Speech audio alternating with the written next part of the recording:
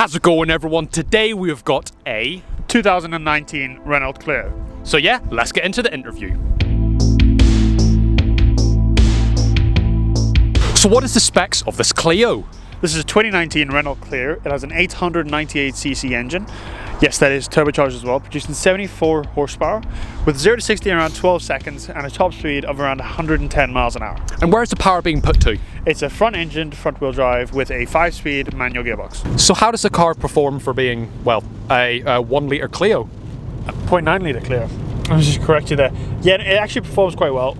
It's not the fastest thing in the world, and it never will be. But I mean, you've got the torque, and from the turbo, of course. And you know, you got to also remember the fact that this car is not very heavy. It's quite a light car, so you know, it's not about the horsepower. It's about the power to weight ratio. And I mean, like, you can definitely have a good bit of fun in it, and it'll definitely get you where you need to go. So what is the history of this car? The owners had this car since 2023. Now this is a 5-year-old car, so I mean, they've had it nearly most of its life. They've done roughly around 20,000 miles in it, and the average over the last 20,000 miles is roughly around 40 to the gallon. Wow. So very, very impressive. Yep. It is a great car for city. It's got the start-stop technology. Yep. It's got sat-nav, it's got the radio, Bluetooth, all that stuff there.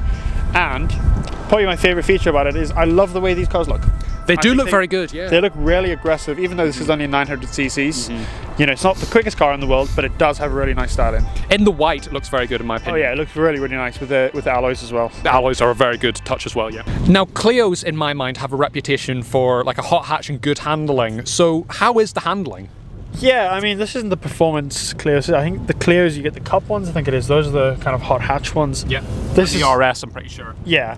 This is obviously the 900cc with a turbo, producing around 74 horsepower.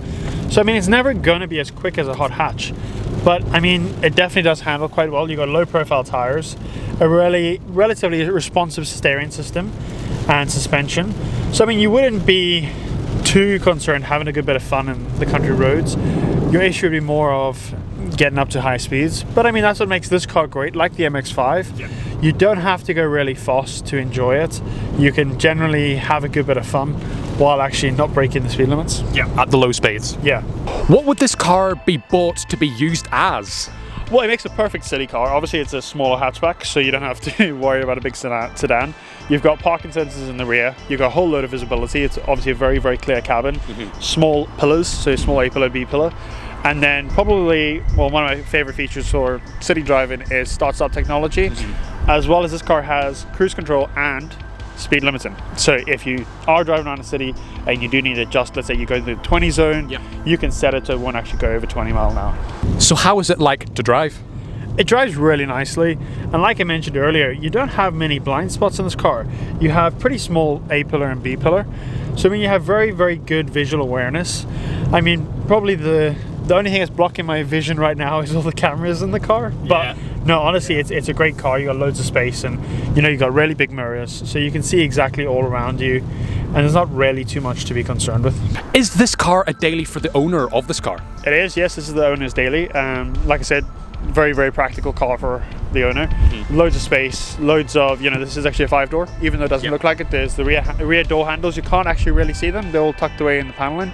But yeah, it's a nice car. It drives well, and you know, it's safe as well. That's all that really matters. How do you find the size of it? It's a really good size. It's not huge. It's not small. I mean, we're 6 foot, I think, each. Exactly. I'm 6'2". I'm 6'2" probably as well. And I mean, you can obviously see, yes, our elbows may be touching ever so slightly, but by no means is this a cramped car. It is quite a spacious car. It's not a PLP 50.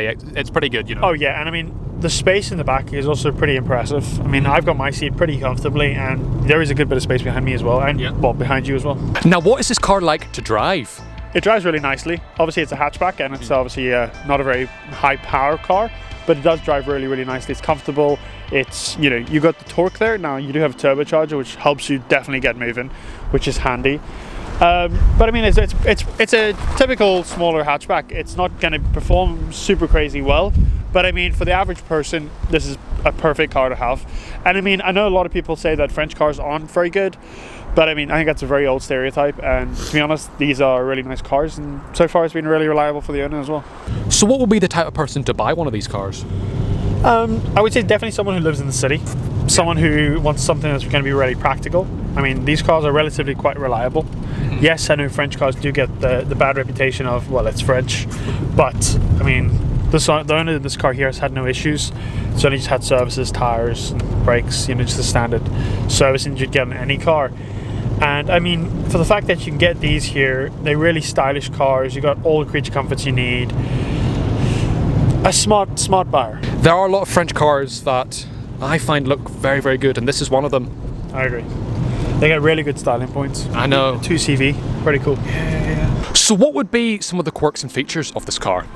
Well, obviously it's a small engine. That's one of the quirks.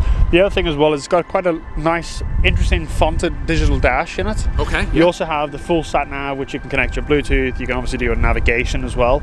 You can make your calls, all that there. And then the cruise control button and the speed limiting button is actually on near the handbrake, which is an interesting place for it. Another quirk about this car here is the rear door handles. They're actually not on the door itself. They're kind of tucked away behind some trimmings, which make it look really nice. I do really like that there. And then probably my favorite feature is, like I said, it's the size, and you got the small car, and you got the parking sensors that don't just beep, but on your display, your sat nav display, it actually shows you how close you are. That's handy. Which is very nice to have. You don't have to go purely off the audio. These seats are actually really comfortable as well. They definitely are, yeah. They're almost like bucket seats, so they definitely hold you quite nicely if you're going around a corner. They're not leather or anything, but they're really nice cloth, and see the sponge in them. They're very, very supportive. Yeah. They're, like you say, nice and supportive. Not too stiff, but still quite nice and spongy, Yeah, and I mean, we're going down the road I like to call BMW Way, which is not the most smooth road in the world. There is about 1 million potholes, as every UK road has. But, I mean, it's comfortable. Very comfortable. If you're interested in why we call it BMW Way, link in the description for one of our videos where we filmed on this road with the BMW M5. Another quirk of this car is when you hold the steering wheel, your fingers here, right at the back, they're not actually attached to the steering wheel, it's attached to the steering wheel column. That is where you can control your music and pause it and turn the volume up and down. So, pretty cool for that as well. The final quirk of this car here, in my opinion, is the key. It's not a standard key. It looks almost like a credit card, but what it actually is, it's contactless, so you can walk up to the car and unlock it and start the car without actually putting it in. But it does have a little slot for you to actually slide it in. So if your battery is dying, you can plug it in. That's handy to have. And I mean, being a hatchback, you actually get more storage, in my opinion, more space than a sedan, because you can actually open up the entire hatch, drop the rear seats. You can probably put a fridge or a freezer down, like in our Mercedes A-Class video. Yes. You couldn't do that in, let's say, like a car like an Audi S3 or my Tesla Model 3, for example, just because of the way the rear glass and the lip is. Would you think this is a good car to buy? I would say so, definitely. I mean, obviously, if you have a big family, you need 7 seats. No, it's not going to be the perfect car for you. But it's one of those things where if you're doing a lot of city driving and you're doing an occasional bit of a road trip, you don't have huge amounts of space, and like you're in a city, and you got 2, 3, 4 possible passengers, you need a bit of boot space. These are fantastic. You really can't go wrong with these at all. And to be honest, it's kind of hard to actually get something that's going to beat this. Yeah. You buy a sedan, specifically like a smaller sedan, like let's say an Audi A3 sedan. It's bigger than this, but it's not going to really have much more space. And I think the hatchback really makes a difference because you can put a lot more in it. You can fold the seats forward, and you're not restricted. Especially in this country, hatchbacks are really good. Oh yeah, really hard to beat. One other cool thing about this car here is if you are a new driver or you're not really overly confident, the car will actually tell you when you should shift as well. So currently it's telling me I'm a shift up, so you can just shift up. Or it'll do the exact same for shifting down. So if you're not too sure exactly what gear you should be in, it'll tell you what. Now I know a lot of other cars do that and have that feature, but it is nice to have as well. Very handy feature, yeah. Right. Now it's time to rate the car. So for Future Classic, we've given it a 2. For Daily, we've given it an 8.